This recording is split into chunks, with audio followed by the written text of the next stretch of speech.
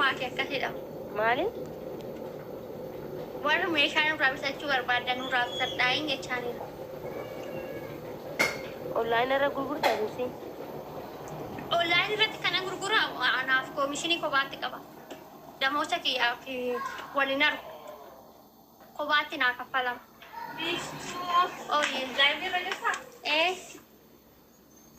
Muutii kadhuu waa barbaadate?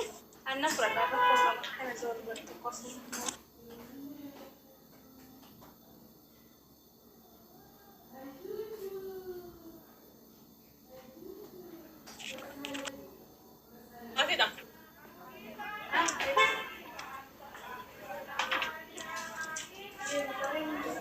Barbareen jira, noomsiin jira.